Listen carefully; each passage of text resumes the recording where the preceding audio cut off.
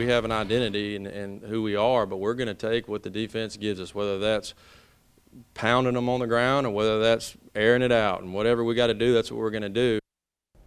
That's Grant head coach Dylan Barrett talking about his high-powered offense. This week, the Cougars and Marksville face off, and it's been named our Security Sporting Goods Game of the Week. The Cougars come in sitting at 3-0 for the first time since 2016. Their offense has averaged close to 50 points per game. Quarterback Brady Parker and company have lit things up all season long. But on the other side, Marksville is 1-2. Their offense is very young with receivers like their brother there, Amirion Mingo. Here's both of the coaches talking about the matchup. They've got an athletic quarterback. The running back's fast. They got some athletic receivers. So it's going to be our biggest test to date. They brought some excitement, to the table. So those guys are going to come out fired up and excited to play us, and our guys will certainly be up for the challenge.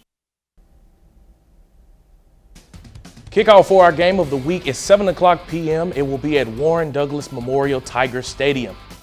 And another big game happening in the area, Leesville traveling to Tioga. Last year, this game lived up to all of its hype. Leesville's Jacob Mount and Tioga's Blake McGehee dueled it out in a QB battle. But Blake got the last laugh, winning 37-35. I asked him about the amount of respect for Mount. He's obviously a top-ranked quarterback around here.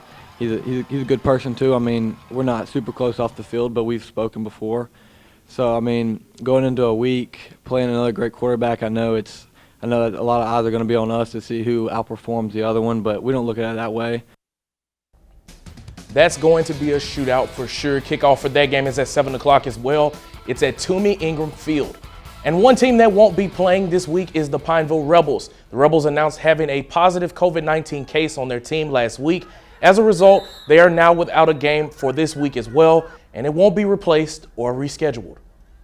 I think the best word to describe everybody is just frustrated. Just frustrated. I mean, to have a situation that's completely out of your control, and they want to come back, they want to play Caldwell, and they want to play Ruston this week, and it's extremely frustrating. And another team not scheduled to play this week, the Bolton Bears. The DeRidder Dragons canceled the game with Bolton because of a positive COVID-19 case. The game would have been played Thursday. Bears head coach Mark Teague said the team is looking for a replacement opponent. And ladies and gentlemen, the only place to see all of our high school games is the fifth quarter. Join us on Friday night for highlights, analysis, and more. You can even join us for our Facebook Live post-game show, all of that starting at 10 o'clock.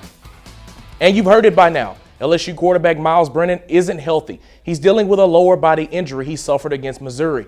Head coach Ed Orgeron said he's questionable against South Carolina. He's had some extra time to heal, but things are still uncertain.